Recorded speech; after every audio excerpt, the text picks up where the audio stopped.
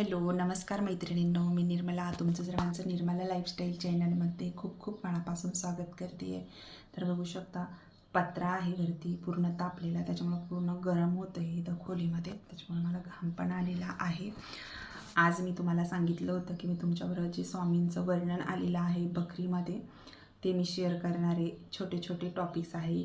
कदाचित 5च मिनटं लागू शकतात, किती वेळ लागू शकतो, छोटे छोटे टॉपिक्स आपण त्याच्यावरती स्वामी कसे बोलायचे काय सगळं याच्यामध्ये आहे, किंवा स्वामींजवळ जे भक्त यायचे त्यांच्यासोबत ते कसे बोलायचे सर्व या बकरीमध्ये आहे. आणि मग आपण छोटे छोटे टॉपिक्स घेऊन ते मी तुमच्याबरोबर शेअर करणार आहे. आत्ताच आपली स्वामींची पूजा वगैरे झालेली आहे, तर मग चला मी आता तुम्हाला शेअर करते.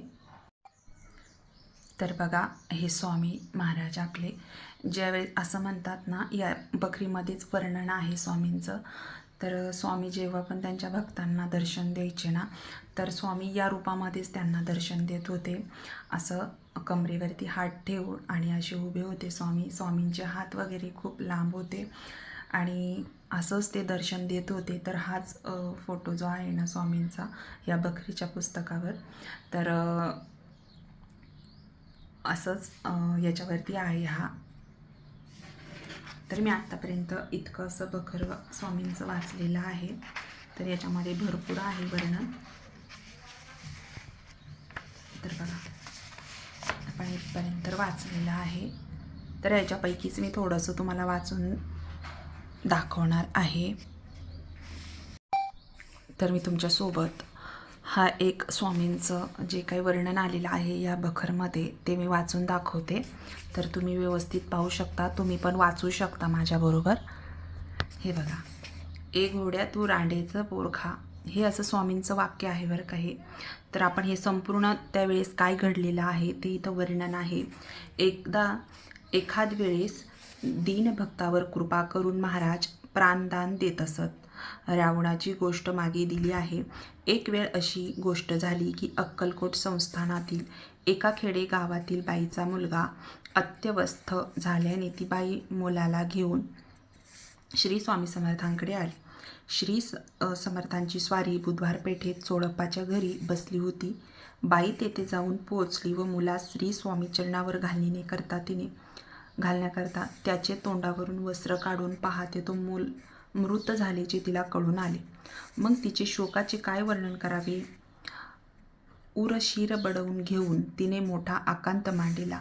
श्री समर्थाची प्रार्थना करून ती सांगू लागली, महाराज, घरी अनेक प्रकारचे औषधोपचार केले, पण बालकास आराम नसल्याने श्री चरणा सानिध्य आणले असता अशी गोष्ट घडून आली. आपले प्रारब्ध म्हणावायचे देवाचे दर्शनास गेले असता देवळच अंगावर पडून मृत्यू यावा.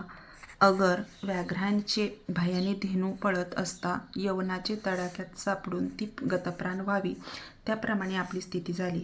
अशी तऱ्हेतऱ्हेने तिने श्रीची करुणा भागली. श्री स्वामी दयार्णव तिचा विलाप पाहून मनात कळवळले. महाराज आसनावरून उठून बाईजवळ गेले व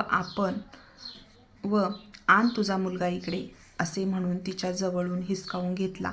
मुलाचे खाली डोके व वर पाय करून गिरगिर फिरवू लागले. मग तेथे घोडे उभे होते. त्याचे तोंडास मूल लावून महाराज त्यास म्हणाले, ए घोड्या तू रांडेचे पोर खा. असे म्हणून महाराजांनी ते पोर स्वयंपाक करण्याकरिता चरखंडा होता त्यात फेकून दिले. त्या सरसे मूल जिवंत होऊन रडू लागले. बाईने मुलास पोटास धरून स्तनपान करविले. तिच्या डोळ्यातून आनंदाश्रू टपटप पडू लागले. श्री समर्थास अनन्य शरण होऊन तिने व सर्वत्र मंडळीने स्वामी महाराज की जय म्हणून जय जयकार केला. तितक्यात काही कुत्सित लोक नजीक होतेच ते आपल्या कल्पना चालवू लागले की मुलगे मुळीच मेले नव्हते, त्यास मूर्छना आली होती, पण श्री स्वामींनी उलटे करून फिरवल्यामुळे ते जागे होऊन रडू लागले. दुसरे काही नाही, श्री समर्थास अशी मंडळी इष्टच होती. आपला महिमा प्रगट व्हावा अशी त्यांची इच्छा नव्हती. पण सोने तरी कोठे नेले तरी सोनेच ठरणार. पण सोन्याची पारख करण्याची अक्कल पाहिजे. त्याप्रमाणे अक्कलवान लोकांची अक्कलकोटवासी श्री स्वामी पूर्ण ब्रह्मावतारी आहेत अशी खात्री झाली होती. मूळ जन मात्र महाराजास इतर प्राकृत जनाप्रमाणे मानित. बघितलं मैत्रिणींनो, कसं स्वामींनी एका बाईचं म्हणजे तिचं लहान बाळ कसं जिवंत केलं म्हणून. आणि त्यावेळेसही भरपूर लोक असे होते जे स्वामी असतानाही स्वामींवर विश्वास नव्हता त्यांचा. तर असंच परत मी पुढच्या एका याच्यामध्ये भेटेल. याच्यामध्ये भरपूर अशा कथा आहेत स्वामींच्या, तर आपण त्या नक्कीच एक एक करून शेअर करेल. तर भेटू नेक्स्ट व्हिडिओमध्ये. सर्वांना श्री स्वामी समर्थ.